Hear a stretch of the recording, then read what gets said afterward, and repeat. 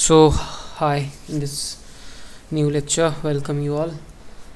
Last lecture में हम लोग कवर कर चुके थे वीक 1 का जो एक्टिविटी क्वेश्चन है वो 1.7 तक, यानी कि 7th जो वीकली एक्टिविटी है वो हम कवर कर चुके थे। वीक 1 में 1.8 जो एक्टिविटी क्वेश्चंस थे उनमें आपका कार्टेशियन प्रोडक्ट से रिलेटेड थे, तो उनको अभी देखते हैं कि एक्चुअली में वो क्या है। तो पहला क्वेश्चन यहाँ पे आप लोगों को दिख रहा होगा 21 क्वेश्चन, ठीक है। इसको अगर जूम कर दूँ तो ये जूम हो जाएगा, ओके। अभी आप लोगों को ये वाला क्वेश्चन दिख रहा होगा 21। If A is equals to 1,4, A में दो एलिमेंट है 1,4 एंड बी में आपके एलिमेंट है 2, 4, 6, 8, ठीक है। एंड फाइंड करना है आपको ए क्रॉस बी। तो कुछ नहीं है, मैंने जैसे बताया था कि यहाँ पे देख लेते हैं। ये रहा इसका सॉल्यूशन। करा कैसे है, जो ए के एलिमेंट थे यहाँ पे आपको दिख रहा होगा ए के एलिमेंट, और ये हैं बी के एलिमेंट। इनमें क्या किया, ए क्रॉस बी करने के लिए या कार्टेशियन प्रोडक्ट निकालने के लिए, ये कैपिटल में है, ये भी कैपिटल में। तो हमने 1 था ए का एलिमेंट, 1 के साथ इसके सारे एलिमेंट ले लिए, 2 ले लिया पहले, देन 1 के साथ में हमने 4 ले लिया, देन 1 के साथ में हमने 6 ले लिया, देन 1 के साथ में हमने 8 ले लिया। इसी टाइप से जो इसका दूसरा एलिमेंट था 4, तो पहले वाले के साथ हमने 4 ले लिया। एंड ऑर्डर आपको मेंटेन करना है कि पहले अगर ए का एलिमेंट आ रहा है तो आप पहले ए का ही लिखेंगे, यानी कि जो पहला एलिमेंट है वो ए से बिलोंग करना चाहिए। यहाँ पे जैसे यहाँ पे जो पहला एलिमेंट है वो आपका सेट ए से बिलोंग कर रहा है पहला एलिमेंट, और सेट बी से बिलोंग कर रहा है आपका दूसरा एलिमेंट, यानी कि ए कॉमा बी, कुछ इस टाइप से आपको रखना है ऑर्डर, ठीक है। तो ये क्वेश्चन तो समझ में आ गया होगा, ईजी। अगर थ्योरी आप लोगों ने बहुत ध्यान से पढ़ी है, अगर नहीं भी पढ़ी है तो लास्ट लेक्चर में जाके आप लोग देख सकते हैं, वहाँ से सारी चीज़ एकदम से क्लियर हो जाएंगी। एक क्वेश्चन है m is equals to 4 and n is equals to 3, find m cross n। कुछ नहीं करना है, सीधा सीधा मल्टीप्लाई यहाँ पे कर दो, ये रहा m क्रॉस n, तो ये आपका क्या आ जाएगा, 12 आ जाएगा, ठीक है। अब देखो a cross b is equals to 18, possible values of a and b। कुछ नहीं करना है, इनका मल्टीप्लिकेशन आपको निकाल लेना है कि कैसे कैसे करके 18 आ रहा है। तो यहाँ पे देखना 9 2 जा या 2 9 जा 18, इसको पलट दो तो यहाँ पे 9 और 2 भी ले सकते हैं, ठीक है। तो अगर मैं यहाँ पे देखूँ 9 2 जा, तो एक तो आपका ये हो गया, ये कितना होता है 18 होता है। 2 9 जा, तो दो ग्रुप तो आपके यही बन गए। अब एक क्या होता है 6 3 जा और 3 6 जा, और कोई पॉसिबल है नहीं है। अच्छा 18,1 पॉसिबल है, तो 18,1 पॉसिबल हो सकता है। अगर किसी में 18 एलिमेंट हो, किसी में 1 एलिमेंट हो, तो वो भी पॉसिबल हो सकता है। इसमें मेंशनड क्यों नहीं है, ओके हो सकता है मे बी यही ऑप्शन हो। आप 1,18 और 18,1 भी है तो आप वो भी कर सकते हैं, ठीक है। उसमें भी आपका 18 ही आ रहा है। अगर किसी में 1 ही एलिमेंट है, सपोज मैं बता देता हूँ, उसका भी एग्जांपल मैं बता देता हूँ। 18,1 किस कंडीशन में होगा, 1,18 किस कंडीशन में होगा, 18 क्रॉस 1 और 1 क्रॉस 18 किस कंडीशन में होगा। अगर आपका एक सेट है ए जिसके अंदर आपका एक ही एलिमेंट है, सपोज 1, या इसको ले लेते हैं ए स्मॉल ए इरेज करके एक बार आपको बता देता हूँ। अगर यहाँ पे हम लोगों को लेना है इसके अंदर स्मॉल ए, और जो आपका बी सेट है इसके अंदर कुछ आपके 1 2 ... 18 एलिमेंट है, ठीक है, 18 तक जा रहा है, तो क्या हो जाएगा, तो कार्डिनलिटी एक की 18 है, एक की 1 है, तो 1,18 कार्टेशियन प्रोडक्ट आपके हो जाएंगे, ठीक है, अंडरस्टूड। तो ये भी हो सकता है। देरी ना करते हुए नेक्स्ट क्वेश्चन की तरफ चलते हैं। ये आ गया आपका 24 क्वेश्चन, जिसमें which statement are true. Which statement are true में पढ़ लेते हैं भैया, कौन कौन से स्टेटमेंट दिए गए हैं। Order doesn't matter in a set, order doesn't matter, yes ये चीज़ मैंने आपको पढ़ाई थी, order doesn't matter in a set, सही है। Relation is subset of Cartesian product, relation is subset of, yes relation is a subset of Cartesian product, मैंने आपको पढ़ाया है। Order doesn't matter in ordered pair, order doesn't matter in ordered pair, order doesn't matter in order pair. अभी मैंने आपको क्या बताया, अभी ये कहानी बताई थी कि अगर कोई सेट का आप कार्टेशियन प्रोडक्ट निकाल रहे हैं, कार्टेशियन प्रोडक्ट सपोज ए क्रॉस बी आप निकाल रहे हैं, तो ए कॉमा बी के फॉर्मेट में आप लिखेंगे, जिसमें पहला एलिमेंट जो है वो ए को ही बिलोंग करना चाहिए और दूसरा एलिमेंट बी को ही बिलोंग करना चाहिए। तो यहाँ से आप लोगों को समझ में आ रहा होगा कि ऑर्डर मैटर करता है, तो ये तो फॉल्स स्टेटमेंट हो गई, ठीक है। और क्या है, एक ये हो गया, एक ये देख लिया हमने, एक तीसरा देख लिया, ये तो रॉन्ग हो गया, तो ऑल ऑफ द अबव तो होगा नहीं, तो ये वाला स्टेटमेंट और आपका ये वाला स्टेटमेंट, ये दोनों स्टेटमेंट आपके क्या हैं, ट्रू हैं। तो देखो वही यहाँ पे मेंशन है, ये दोनों ही ट्रू हैं, ठीक है। अब आगे चलते हैं, आगे देखते हैं इसमें कौन सा क्वेश्चन है, डी। सेक्शन डी आ गया जिसमें रिलेशन है। अब ये वीकली एक्टिविटी आपके 1.7 और 1.8 दोनों में क्वेश्चन हैं, ठीक है। तो मैंने क्वेश्चन टॉपिक के बेसिस पे रखे हैं, लेकिन हैं आपके वीकली एक्टिविटी के क्वेश्चन। यहाँ देख लेते हैं 1.7 एंड 1.8 में क्या है। क्वेश्चन नंबर 25 आपका है, given relation R on S. एक रिलेशन दिया गया है आपको आर ऑन एस, मतलब एक रिलेशन आर दिया गया है सेट एस के ऊपर, ठीक है। सेट एस आपका ये दिया गया है। रिलेशन क्या है, snail, frog, bird, bird, fox, frog, snail, fox. Check if R is, अब आपको चेक करना है कि आर क्या है। आर आपका रिफ्लेक्सिव है, सिमेट्रिक है, ट्रांजिटिव है, ठीक है। ये 3 ऑप्शंस आपके पास हैं। तो अब इसमें देखते हैं क्या बन रही है आपकी conditions. Snail, frog, bird, bird, fox, frog, snail, fox. तो मैंने क्या बताया था, एक बार रिवीजन करके आप जाके लास्ट वीडियो में देख सकते हैं कि कौन सा रिफ्लेक्सिव, कौन सा ट्रांजिटिव और कौन सा सिमेट्रिक होता है। अब इसका आंसर हम यहाँ पे देख लेते हैं। एक मिनट, यहाँ पे मैंने कहीं आपको ये चीज़ ऊपर यहाँ पे इसका आंसर था, ये रहा, देखो ये रिलेशन था। अब रिफ्लेक्सिव रिलेशन जो आपका होता है, रिफ्लेक्सिव रिलेशन जो आपका रिफ्लेक्सिव रिलेशन है, यहाँ देख लेते हैं। जो आपका रिफ्लेक्सिव रिलेशन है, रिफ्लेक्सिव रिलेशन कहता है कि रिलेशन में ए कॉमा ए ज़रूर होना चाहिए, ठीक है। ये बात आपको समझ में आ गई होगी। रिफ्लेक्सिव रिलेशन कहता है कि रिलेशन में ए कॉमा ए ज़रूर होना चाहिए। अगर इसी बात को मैं कहूँ कि आपका सिमेट्रिक रिलेशन क्या होता है, सिमेट्रिक होता है कि अगर ए कॉमा बी आपका रिलेशन में है तो बी कॉमा ए आपका रिलेशन में होना चाहिए, बी कॉमा ए आपका रिलेशन में होना चाहिए। ट्रांजिटिव कहता है, सिमेट्रिक के बाद ट्रांजिटिव कहता है ए कॉमा बी है, बी कॉमा सी है, तो ए कॉमा सी भी आपका रिलेशन में होना चाहिए। ये कहता है ट्रांजिटिव। क्या कहता है, ट्रांजिटिव रिलेशन आपका। तो ये तीनों चीज़ें आपको क्लियर हो गई होंगी। अब इस एग्जाम्पल के बेसिस पे देखते हैं कि ये एग्जाम्पल आपसे क्या कह रहा है। तो यहाँ पे जब हम देख रहे हैं रिफ्लेक्सिव के केस में, तो देखो not all A comma A present, snail comma snail present है क्या, नहीं है। फॉक्स कॉमा फॉक्स प्रेजेंट है, नहीं है। वर्ड कॉमा वर्ड, एक ही वर्ड कॉमा वर्ड प्रेजेंट है। फ्रॉक कॉमा फ्रॉक, तो इसको रिफ्लेक्सिव होने के लिए क्या प्रेजेंट होना चाहिए, snail comma snail, fox comma fox, bird comma bird, fox, frog comma frog, नहीं है, तो ये रिफ्लेक्सिव नहीं होगा। सिमेट्रिक देखो, स्नेल कॉमा फ्रॉग है बट फ्रॉक कॉमा स्नेल नहीं है, स्नेल कॉमा फ्रॉग है बट इसका उल्टा फ्रॉक कॉमा स्नेल क्या रिलेशन में है, नहीं है, तो ये सिमेट्रिक भी नहीं होगा। Transitive, relation satisfy transitive condition, कर रही है क्या, देखो देखते हैं कर रही है। स्नेल कॉमा फ्रॉग है, यस, ए कॉमा बी मिल गया, ए कॉमा बी यहाँ पे मिल गया, यानी कि हमें ए कॉमा बी इसमें मिल चुका है, ठीक है।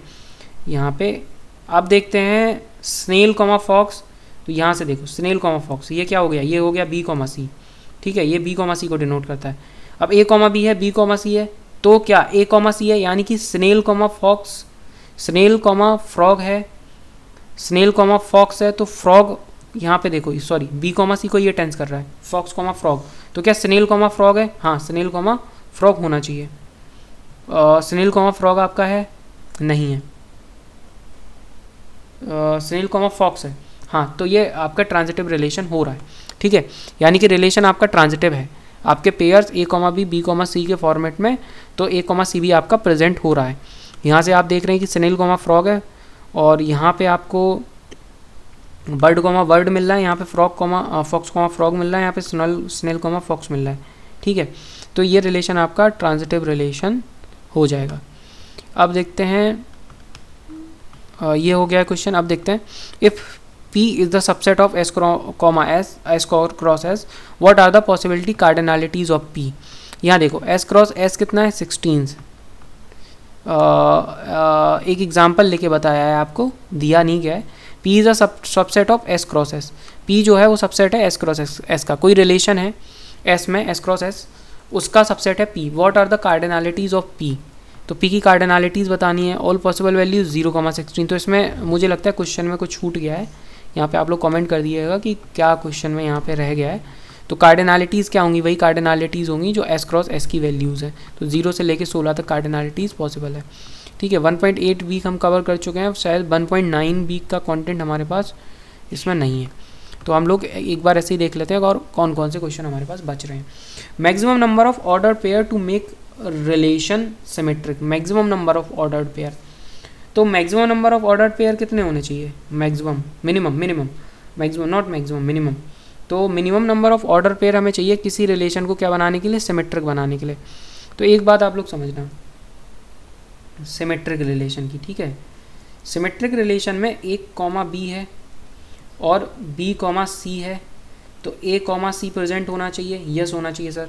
तो क्या ये रिलेशन सिमेट्रिक होगा? हो जाएगा। कितने मिनिमम ऑर्डर पेयर मिले? 3, तो 3 मिनिमम ऑर्डर पेयर होने चाहिए। तो इस वाले क्वेश्चन का आंसर क्या हो जाएगा? मिनिमम ऑर्डर पेयर इसका हो जाएगा 3।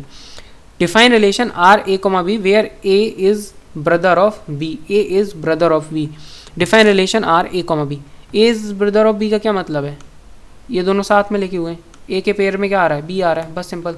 Find R for given boys and girls sets, तो सेट यहाँ पे हमें दिया नहीं गया है। 29th क्वेश्चन देखते हैं। Which relation is symmetric? A younger than B, A scored marks, तो इसके शायद मुझे लगता है करेक्ट क्वेश्चन हमारे पास नहीं है, तो ये क्वेश्चन हम 2 फिलहाल के लिए स्किप करते हैं, बिकॉज इनके मुझे लगता है कि ये 2-3 क्वेश्चन के सही पे यहाँ पे प्रिंट नहीं है, तो ये क्वेश्चन हम लास्ट में देख लेंगे। हम फंक्शन के क्वेश्चन एक बार रिपीट कर लेते हैं, फिर इनको आपको लास्ट में करा देता हूँ, ठीक है। तो यहाँ से फंक्शन का क्वेश्चन देखते हैं। वह एक्टिविटी 1.11 यहाँ से स्टार्ट करते हैं हम लोग। तो 1.11 के क्वेश्चन एक बार यहाँ से देख लेते हैं। 1.11 का जो क्वेश्चन है आपका वो है फाइंड डोमेन ऑफ। तो डोमेन के लिए मैंने आपको सिंपल क्या बताया था, डोमेन फाइंड करने के लिए हमें क्या करना होता है, वैल्यूज़ जो भी हम कुछ पुट कर सकते हैं किसमें, फंक्शन में। तो यहाँ पे आपका फंक्शन बहुत सिंपल था, ठीक है। थोड़ा सा कलरफुल लिख लेते हैं। लो, फंक्शन यहाँ पे आपका बहुत सिंपल था। यहाँ पे फंक्शन आपका जो कह रहा है वो फंक्शन कुछ ये है, x+12 डिवाइड बाई 4x - 8। अब देखो फंक्शन कहाँ पे डिफाइन नहीं होगा, फंक्शन डिफाइन नहीं होगा जहाँ पे 4x - 8 की वैल्यू 0 हो जाएगी। तो अगर 4x - 8 की वैल्यू 0 कहाँ होगी, जहाँ पे x की वैल्यू 2 है। तो हम अपनी डोमेन में क्या नहीं कर सकते, 2 को इंक्लूड नहीं कर सकते। बाकी ऊपर तो हम सब कुछ लिख ही सकते हैं। x+2 12 जो आपकी थिंग है x+12, इसमें तो हम कुछ भी डाल दें, ये तो हमेशा के लिए डिफाइन है। बस जो आपका 4x - 8 की जो आपकी कंडीशन है, बस उस वाली कंडीशन में कुछ ऐसा है कि वो चीज़ आपकी डिफाइन नहीं होगी, ठीक है। तो इस चीज़ के लिए आपको क्या करना पड़ेगा, डोमेन लिखनी है। अब डोमेन देखो सारी वैल्यूज़ आ रही हैं बस 2 को छोड़ के, तो सारी वैल्यूज़ होती हैं आपकी ऑल रियल नंबर। यहाँ देख लो सारी value all real number, exclude किसे करना है, 2 को कर दिया, बस वही इसका आंसर हो गया क्वेश्चन खत्म। अब देखते हैं next question. Product of minimum of fx x - 9 and minimum of gx 11 - mod x। Product of minimum of, अब क्या निकालना है, प्रोडक्ट निकालना है। मिनिमम ऑफ x - 9, देखो x - 9 का मिनिमम कितना होगा, x - 9 mod of x - 9। Mod तो कभी कोई वैल्यू माइनस नेगेटिव तो कभी रिटर्न ही नहीं करता है। मॉड फंक्शन जो होता है वो कभी भी नेगेटिव वैल्यू कभी रिटर्न नहीं करता है। क्यों नहीं करता है? मॉड हमेशा क्या बना देता है, चीज़ों को हमेशा क्या बना देता है, चीज़ों को। जैसे x सपोज x - 9 लिखा हुआ है, ठीक है, और अगर इसका मॉड ले लें तो या तो ये वैल्यू 0 रिटर्न करेगा, कब, जब x 9 है, और इसके अलावा x की वैल्यू कुछ भी रख दो आप, ऑल रियल नंबर 0 के अलावा, तब ये क्या देगा, हमेशा पॉजिटिव वैल्यूज़ ही देगा, ठीक है। यहाँ x में 9 की जगह अगर r - 9 करके हम इसमें रखें, ये 9 ना रखें, 9 पे तो 0 देगा। अगर 9 के अलावा कोई भी वैल्यू रख रहे हैं तो क्या देगा वैल्यू हमें, वो वैल्यू हमें कोई भी रैंडम वैल्यू दे देगा, लेकिन वो वैल्यू पॉजिटिव होगी, 0 होगी या 0 से बड़ी होगी। तो ये रहा है मिनिमम ऑफ x - 9 क्या आएगा, 0 आएगा। मिनिमम वैल्यू तो 0 ही होगी, क्योंकि इससे नीचे तो कुछ जाएगा ही नहीं, क्योंकि इससे ऊपर ही जाएगा, आप कुछ भी रख लो। अब देखते हैं कि minimum value of 11 - x, 11 - mod x। अगर आपके पास फंक्शन कुछ ऐसा है 11 - mod x करके है, ठीक है। 11 - mod x, x में आप कुछ भी रखें वैल्यू 1 2 3 से लेके इन्फिनिटी, और नेगेटिव में -∞ से लेके -1 तक, ये तो पॉजिटिव कर देगा। और 11 में से कुछ घटाओगे तो वैल्यू क्या आएगी आपकी, वो तो ऑल आर वैल्यूज़ देगा, और ये तो -∞ तक भी जा सकता है। क्यों? क्योंकि यहाँ पे आप mod x में अगर रख दो आप वैल्यू कुछ भी रख दो, रैंडम इन्फिनिटी भी रख देते हो, तो वो क्या होगा, आपको वैल्यू -∞ तक भी ला के दे देगा, क्योंकि ये इसका पूरे का मॉड नहीं है, ठीक है। तो इसकी मिनिमम वैल्यू क्या होगी, -∞ होगी। अब करना क्या है, पूरा क्वेश्चन पढ़ते हैं, सॉल्व क्या करना है, सॉल्यूशन क्या निकालना है, एक बार उसको देख लेते हैं, ठीक है। ये मैं इरेज कर देता हूँ और एक बार इसका पूरे का सॉल्यूशन देख लेते हैं। तो देखो product of minimum and minimum, तो प्रोडक्ट निकालना है हमें इन दोनों की मिनिमम वैल्यूज़ का। एक्स का तो नहीं कहा गया है, नहीं, इसी का निकालना है। इनका प्रोडक्ट तो माइनस इन्फिनिटी होगा, बस सिंपल। तो ये तो माइनस इन्फिनिटी हो जाएगा दोनों की मिनिमम वैल्यूज़ का। अब क्वेश्चन अगर एक बार मैंने सही नहीं लिखा हो, बिकॉज लोग मुझे क्वेश्चन सेंड करते हैं, तो मैं उस बेसिस पे आपको क्वेश्चन दिखा रहा हूँ। अगर कोई मिस्टेक हो तो आप बता दीजिएगा। अभी यहाँ पे सॉल्यूशन में 88 क्यों मेंशन करा है, अभी इस चीज़ का मुझे क्लियर नहीं हो पा रहा है। Okay, 1 function. Next question, which of the function is function are 1 from R to R। 1 आपको डोमेन भी R दी गई है और रेंज भी R दी गई है, आपको बताना है कौन सा फंक्शन 1 फंक्शन है।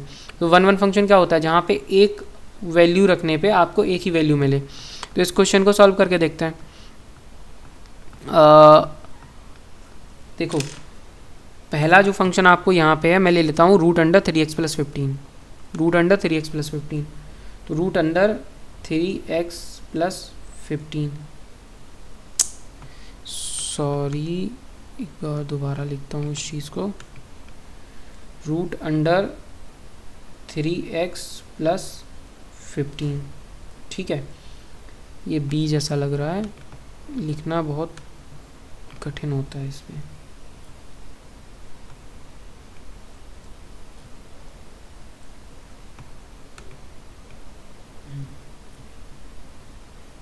थ्री एक्स प्लस 15, ठीक है। अब इसमें क्या निकालना है आपको, वैल्यूज़ निकालनी है। तो देखो, अगर इस फंक्शन को हमें 1 प्रूव करना है R to R में, तो क्या ये फंक्शन 1 होगा। हालांकि यहाँ मत देखो, ये चीज़ गलत भी हो सकती है। वैल्यूज़ रख के देखो, R की कोई वैल्यू उठाओ, नेगेटिव वैल्यू यहाँ डालो, नेगेटिव वैल्यूज़ यहाँ डाल सकते हो। आपकी डोमेन R है, पहली बात तो इस फंक्शन की डोमेन ही R नहीं होगी। आप नेगेटिव अगर -5 से वैल्यू बड़ी अगर आप x में डाल दोगे तो ये क्या हो जाएगा, 15 से ज़्यादा हो जाएगा। 15 माइनस कुछ बड़ी वैल्यू करोगे तो नेगेटिव में वैल्यू जाएगी, और अगर वैल्यू नेगेटिव में जा रही है तो ये मॉड क्या, ये रूट क्या हो जाएगा, अनडिफाइन हो जाएगा। तो पहली बात तो इसकी डोमेन ही आनी हुई, ठीक है। तो ये फंक्शन 1 to 1 होगा ही नहीं, ठीक है। अब देखते हैं 4x + 19। हाँ, ये 4x + 19 जो फंक्शन है आपका, यहाँ पे देखो 4x + 19, ये आपका 1 to 1 होगा। हाँ होगा, बिल्कुल होगा सर। 4x + 19 आपका 1 to 1 क्यों होगा, एक बार देख लेते हैं इसको।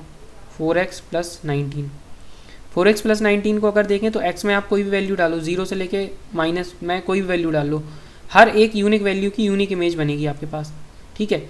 इसकी आप चाहें तो स्ट्रेट लाइन बनेगी, और स्ट्रेट लाइन क्या होती है, स्ट्रेट लाइन हमेशा अगर ऐसी बन रही है, ऐसी बन रही है, कैसी भी स्ट्रेट लाइन बन रही है, वो हमेशा एक यूनिक x की वैल्यू पे यूनिक y की वैल्यू देती है। तो वो क्या हो जाएगा आपका एक फंक्शन, वो तो आपका 1 to 1 ही रहेगा। तो ये तो 1 to 1 है, बट ये 1 to 1 नहीं है, ठीक है। यहाँ पे देखो मॉड एक्स का 1 to 1 फंक्शन होता है।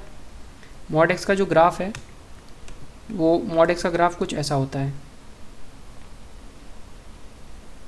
ठीक है। ये रहा कुछ भी। अब इस पे तो एक वैल्यू पे मल्टीपल वैल्यूज़ भी आ सकती हैं, तो ये तो 1 to 1 आपका होना ही नहीं है, ठीक है। तो 4x + 19 आपका 1 to 1 है। देख लेते हैं नेक्स्ट क्वेश्चन। ये हो गया आपका आंसर। अब देख लेते हैं, if F N is equals to n + 1/2 if n odd n/2 is if n odd n/2 if n odd n/2 if n even, ठीक है। दो फंक्शन आपको दिए गए हैं यहाँ पे, एफ एक्स की वैल्यू आपको दो वैल्यूज़ दी गई हैं, ठीक है। Check function is 1 onto और बोथ। देखो, फंक्शन आपका दो जगह डिफाइन है, यहाँ पे सॉल्यूशन इसका नहीं है, बट मैं आपको बता देता हूँ। फंक्शन एक बार देख लेते हैं, n + 1/2, n + 1/2 और n/2, ये आपका फंक्शन दो जगह डिफाइन है।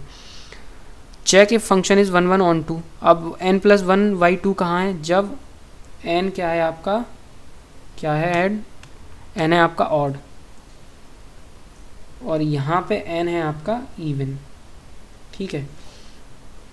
तो देखो, अगर n आपका ऑड है, n की वैल्यू आपकी क्या है 1 2 3 4 5 है, तो n की वैल्यू अगर आप 1 रखेंगे तो ये आप क्या वैल्यू देगा, 1 + 1 2 2/2 1 1 पे 1 वैल्यू आ रही है।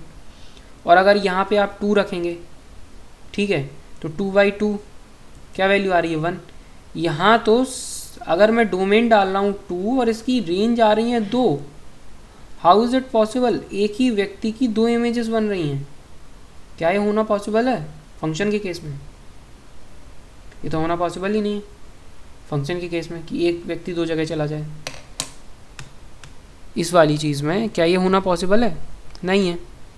तो ना तो 1 1 होगा ना ऑन 2 होगा। 1 1 होगा क्या? नहीं होगा। ऑन 2 हो सकता है, तो 1 1 तो होगा ही नहीं। ठीक है, अब चलते हैं नेक्स्ट की तरफ। Next question, compare F X is equals to X minus 2 and G X is equals to X square plus 4 at given points. तो पॉइंट ही नहीं दिए गए हैं इसमें। चलो मैं कंपेयर करके बता देता हूँ। अगर आपको पॉइंट्स दिए गए हैं तो आपको क्या चेक करना है कि वैल्यूज़ क्या आ रही हैं, बस सिंपल। फाइंड डोमेन ऑफ, इसकी डोमेन हमें फाइंड करनी है। तो इसकी डोमेन फाइंड करना मैं आपको बता देता हूँ एक बार। तो इस क्वेश्चन को उठा लेते हैं यहाँ से, इसको कर लेते हैं कॉपी, और इस क्वेश्चन को टेक्स्ट के फॉर्मेट में यहाँ रख लेते हैं। ठीक है, ये फंक्शन है। इसकी क्या निकालनी है? इसकी निकालनी है हम लोगों को डोमेन। ठीक है, ये कुछ फंक्शन रहा हमारे पास, उसकी निकालनी है हमें डोमेन। ठीक है, अच्छा इस फंक्शन में एक और बात थी कि ये पूरा रूट के अंदर था। तो इस वाले फंक्शन को, ये जो फंक्शन है इसे हम लोग लिख लेते हैं रूट के अंदर। लो आई थिंक, और यहाँ पे आपका 11 के बीच में, यहाँ पे जो आपका 11 है यहाँ पे आपका बीच में माइनस है आई थिंक, यहाँ पे ये कुछ ऐसा है 11 माइनस 3x स्क्वायर प्लस 35, जो कुछ भी हो। पहली कंडीशन होगी कि आपको सारी वैल्यू जो लिखी हुई है 11 minus 3x square plus 35 minus 5x और पूरे के डिवाइड बाई 4, इस सबको ग्रेटर देन इक्वल टू 0 करना है। बस रूट के अंदर एक ही कंडीशन है कि आपको इन सबको ग्रेटर देन इक्वल टू 0 करना है। इसको 0 कर, जहाँ पे भी इसकी वैल्यू 0 हो रही हो, यानी कि इस पूरे की वैल्यू 0 हो रही है x की जिस भी वैल्यू पे, बस वो वैल्यू आप x की r में से इंक्लूड कर देना, वही आपका डोमेन हो जाएगा। सिंपल है, इसमें भी कुछ बहुत ज़्यादा नहीं था करने को। ठीक है, अब बात कर लेते हैं थोड़ा और आगे।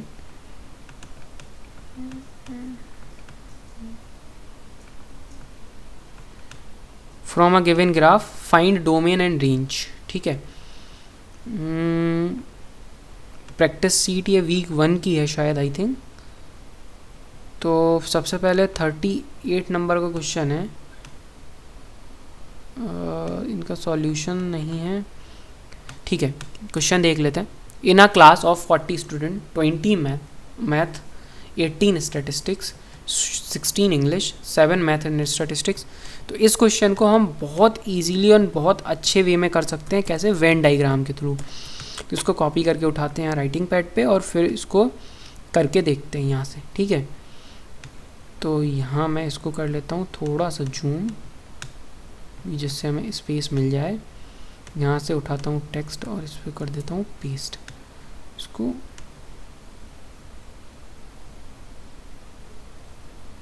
थोड़ा सा छोटा कर लेते हैं राइटिंग के बेसिस पे। I hope it is visible. और इसको,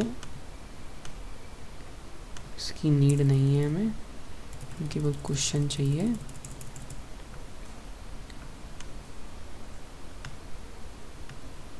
ठीक, क्वेश्चन को देखो ज़रा। ये क्वेश्चन बहुत ही इम्पॉर्टेंट है, इसको बहुत ध्यान से समझना। क्वेश्चन इम्पॉर्टेंट क्यों है, इसका भी एक रीज़न है। क्वेश्चन इम्पॉर्टेंट इसलिए है क्योंकि ये इस टाइप के क्वेश्चन कभी कभी पूछ लेता है, कभी क्या हर ही बार पूछ लेता है। ठीक है, तो 20 यहाँ पे हमारे पास मैथ के स्टूडेंट्स हैं, 18 हमारे पास स्टैटिस्टिक्स के स्टूडेंट हैं, मैं एस से डिनोट कर रहा हूँ, और 16 हमारे पास इंग्लिश के स्टूडेंट हैं। ठीक है, 7 मैथ प्लस स्टैटिस्टिक्स, 7 जो स्टूडेंट हैं वो मैथ प्लस स्टैटिस्टिक्स के हैं। ठीक है, और 7 आपके इंग्लिश प्लस मैथ्स के हैं, और 9 स्टूडेंट्स आपके स्टैटिस्टिक्स प्लस इंग्लिश के हैं, ठीक है। 3 जो हैं वो आपके statistics plus maths plus English तीनों के हैं, ठीक है। वेन डायग्राम के थ्रू इस क्वेश्चन को कैसे करते हैं, देखो यहाँ पे सबसे पहले एक सर्कल, ये दूसरा सर्कल, और ये बनाएंगे यहाँ पे तीसरा सर्कल, ठीक है। इसको नाम दे देते हैं, इस वाले सर्कल को मैथ, इस वाले सर्कल को स्टैटिस्टिक्स, इस वाले सर्कल को दे देते हैं इंग्लिश, ठीक है। सबसे पहले देखो मोस्ट कॉमन पोर्शन, ठीक है, जो मोस्ट कॉमन पोर्शन है, तो मोस्ट कॉमन पोर्शन यहाँ पे आपका जो मिडिल वाला है वो है, ठीक है, मिडिल वाला पोर्शन। तो मिडिल वाले पोर्शन में आते हैं, मैं कलर चेंज कर लेता हूँ, ब्लैक कलर, ओके। तो यहाँ पे 1 मिनट